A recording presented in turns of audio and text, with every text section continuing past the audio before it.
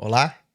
O propósito deste vídeo é servir de revisão dos principais pontos que abordamos recentemente num curso de especialização Lato Sensu do qual participamos. Neste curso, abordamos o tema Novas Tecnologias e Relações de Trabalho. Apesar de se tratar de um vídeo feito especialmente para os alunos revisarem, serve também para dar uma ideia geral sobre este assunto a qualquer pessoa interessada no tema. Muito bem. Para facilitar a gravação deste vídeo, vamos nos valer aqui do mesmo PowerPoint, da mesma apresentação que usamos durante o curso, dando destaque, é claro, àqueles principais pontos que vamos revisar. No curso mesmo, após coletarmos a experiência prévia e a expectativa dos alunos, destacamos, logo agora no início, a abordagem que entendemos ser a mais adequada, a mais moderna para esses temas de direito do trabalho. Essa abordagem mais moderna é aquela que adota o que se chama de prevalência da abordagem existencial, ou seja, é uma abordagem deste tema do direito do trabalho, como de outros temas também, em que se preza muito mais pela vida, pela liberdade, pela saúde física e mental e a isonomia dos trabalhadores e das trabalhadoras. Ou seja, com isso estamos querendo dizer que nesta abordagem que chamamos de abordagem existencial, né, chamamos assim com base na doutrina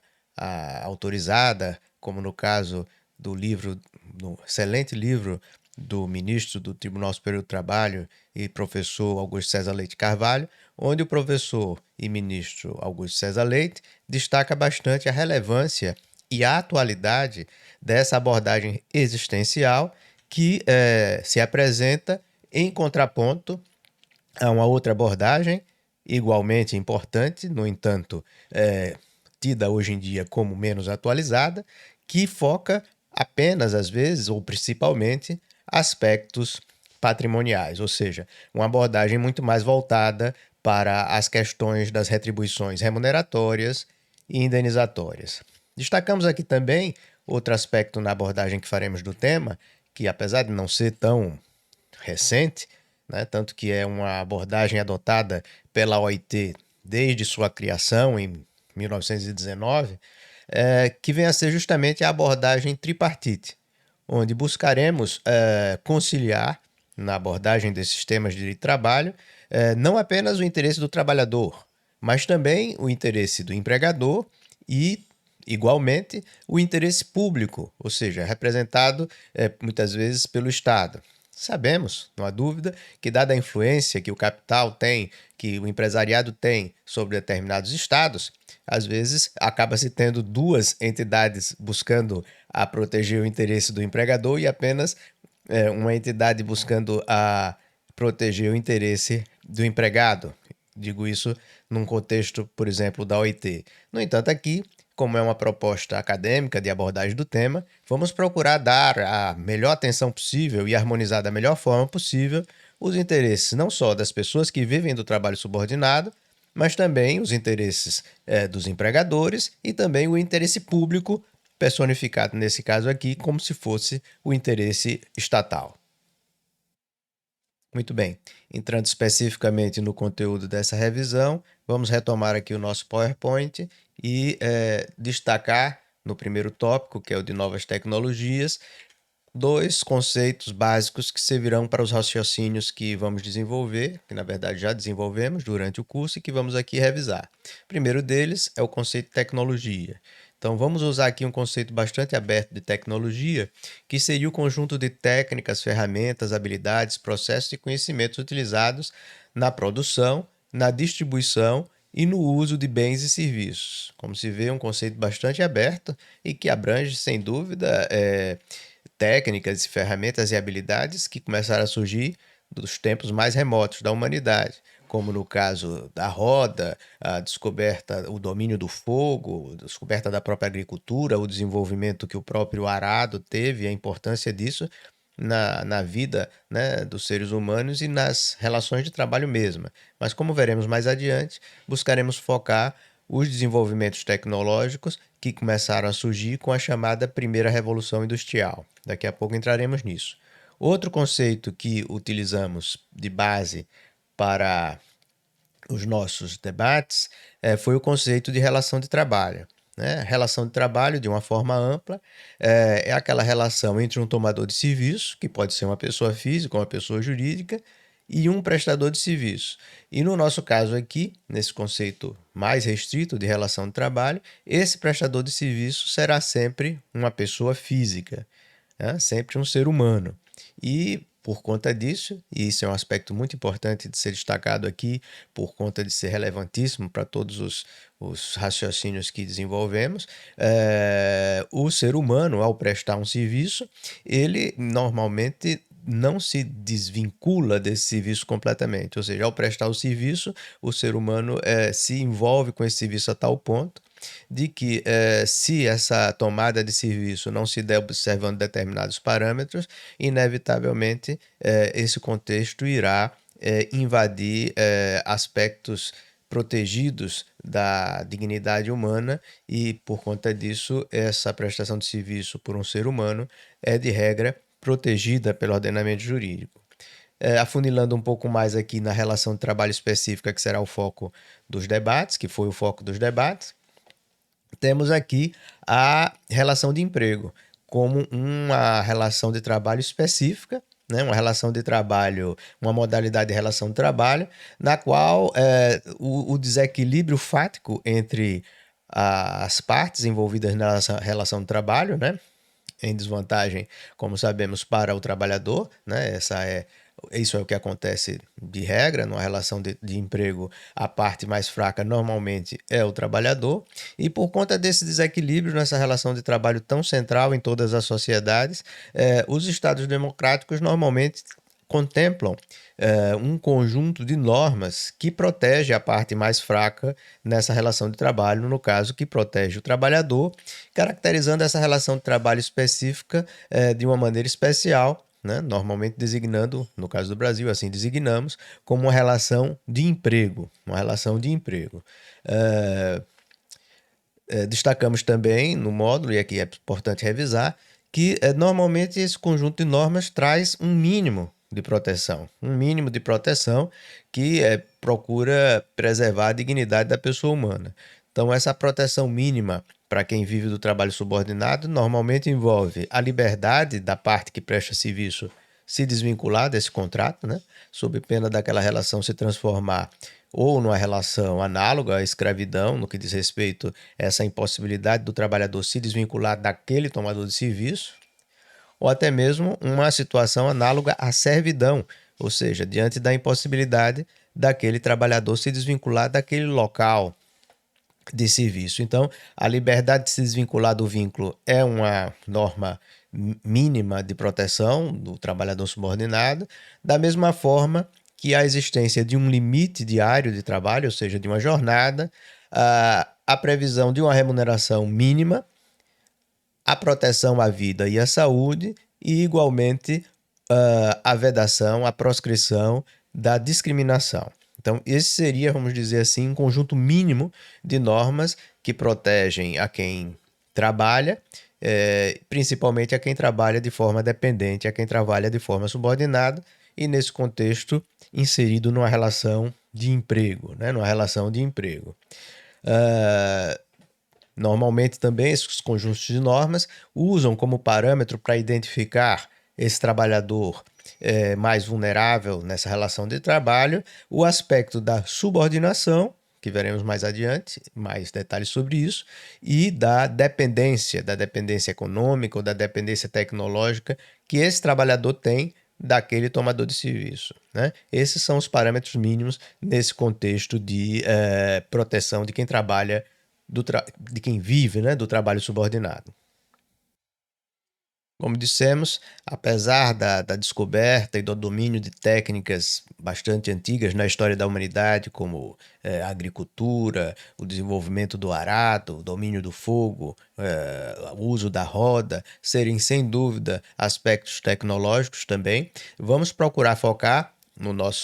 na nossa revisão aqui, e foi assim que fizemos no curso, as tecnologias surgidas a partir da chamada primeira revolução industrial. Então, retomando aqui a apresentação, nós recapitulamos aqui alguns aspectos importantes das novas tecnologias de cada uma das revoluções industriais até os dias de hoje. A primeira revolução industrial, que se iniciou no final do século XVIII e se prolongou até o início do século XIX, que foi justamente o contexto em que começaram a surgir as questões sociais que ensejaram, inclusive, o surgimento do direito do trabalho, como conhecemos hoje, teve como principais aspectos tecnológicos que a marcaram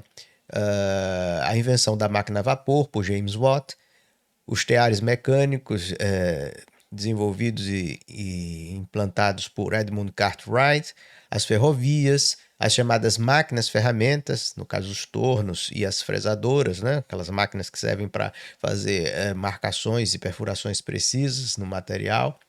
a própria siderurgia como a técnica de produção de aço em massa, a indústria química, que viabilizou a produção em massa de produtos químicos como corantes, produtos farmacêuticos, etc. E além de outros. No entanto, aqui destacamos as principais novas tecnologias surgidas nesse contexto da primeira revolução industrial. Prosseguindo aqui essa recapitulação histórica, temos aqui que a segunda revolução industrial, por sua vez, esta já ocorrida no final do século XIX e início do século XX, teve como tecnologias que a marcaram a eletrificação, a invenção da lâmpada elétrica por Thomas Edison em 1879,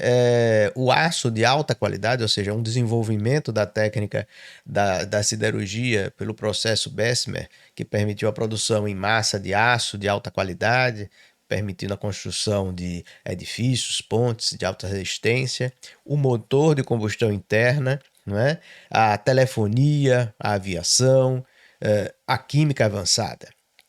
Então, esses seriam aspectos tecnológicos que caracterizaram a chamada segunda revolução industrial. Prosseguindo aqui na revisão desses aspectos tecnológicos que marcaram cada um desses períodos chamados revoluções industriais, vamos aqui verificar quais seriam as tecnologias surgidas no contexto já da terceira revolução industrial, ou seja, naquela revolução industrial que se deu no início da década de 60,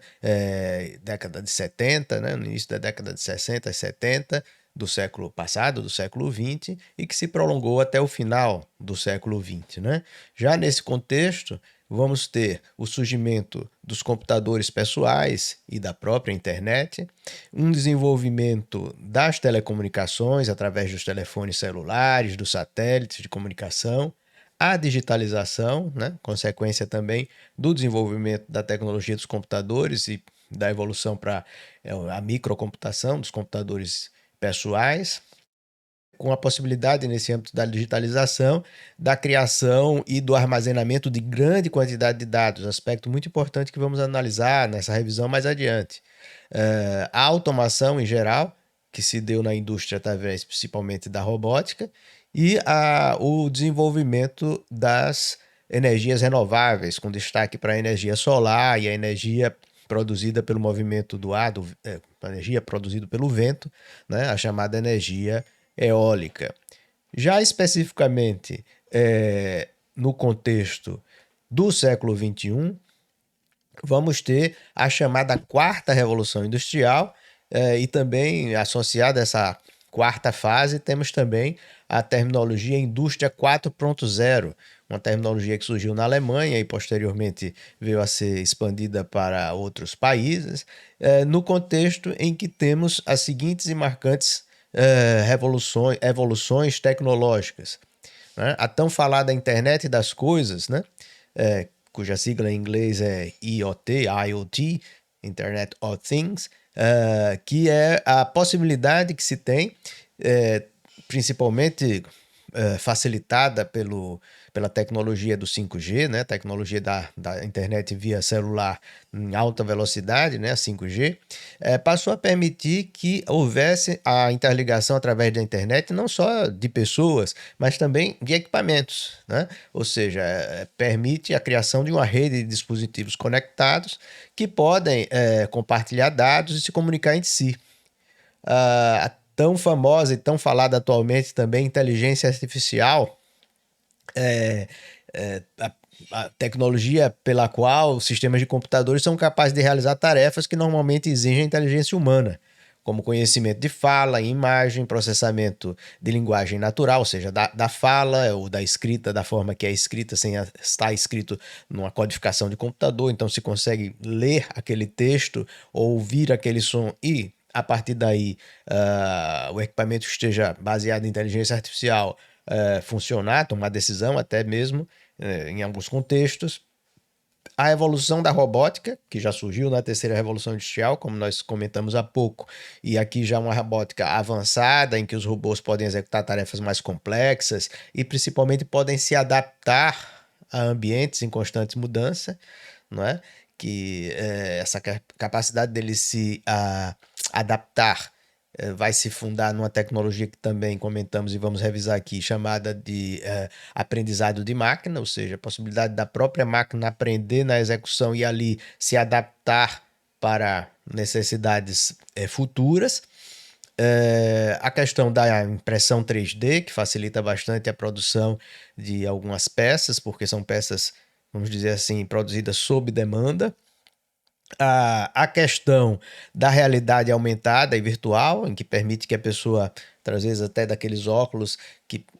simulam que a pessoa está dentro de determinados ambientes, facilitar até o desenvolvimento de designs e determinadas atividades que são facilitadas pelo fato de que quem vai trabalhar com aquilo tem a sensação de que está efetivamente naquele contexto. E outro aspecto interessante que também será muito relevante na revisão que estamos fazendo aqui, que é o aspecto do Big Data, ou seja, a hipótese de se ter, a tecnologia de se ter uma quantidade de dados muito grande à disposição e a técnica, inclusive, de se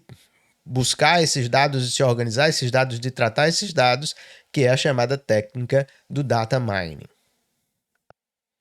Complementando um aspecto dessa revisão referente à evolução tecnológica no contexto da quarta revolução industrial, é interessante destacar aqui que se percebe que todos esses aspectos, se não todos, a maior parte desses aspectos tecnológicos surgidos no contexto da quarta revolução industrial, no contexto da chamada indústria 4.0, se destaca uma característica interessante, que é a possibilidade que muitos desses aspectos tecnológicos, principalmente a questão do Big Data e também da inteligência artificial,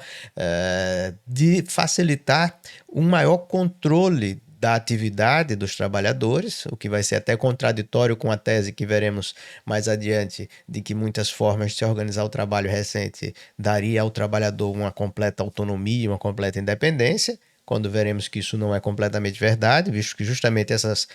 evoluções tecnológicas, inclusive, facilitam o controle e o acompanhamento do trabalho que está sendo desenvolvido pelo trabalhador e pela trabalhadora, mas também uma facilidade que essas evoluções tecnológicas surgidas nesse contexto da quarta revolução industrial trouxeram, no sentido das máquinas, da estrutura automatizada, se apropriar do conhecimento do próprio trabalhador, né? Visto que nesse contexto de aprendizado de máquina, que destacamos no curso e vamos revisar aqui daqui a pouco, as máquinas conseguem incorporar no seu funcionamento e na sua possibilidade de se programar para as atividades futuras, o próprio conhecimento do trabalhador que está operando aquela máquina, os próprios dados que aquele trabalhador forneceu e coletou através do uso daquela máquina. Então, essa maior possibilidade de controle do trabalho via novas tecnologias, com destaque para as tecnologias surgidas nesse contexto da quarta revolução industrial, será muito relevante, foi muito relevante nos debates desenvolvidos no curso, e aqui é um importante ponto a ser destacado nessa revisão.